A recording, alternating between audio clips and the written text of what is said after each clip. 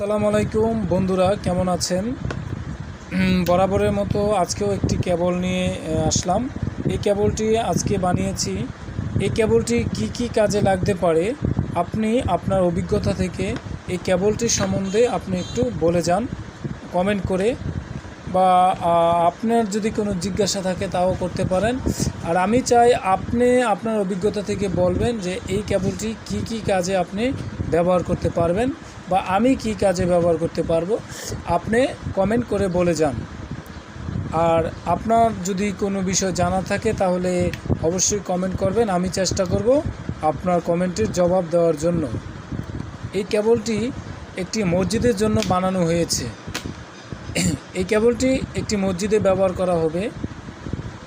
আমি এই কেবলটি দিয়ে অনেকগুলা কাজ করতে পারবেন আমার ধারণা, কিন্তু কি কাজ করতে পারবেন একটু বলুন।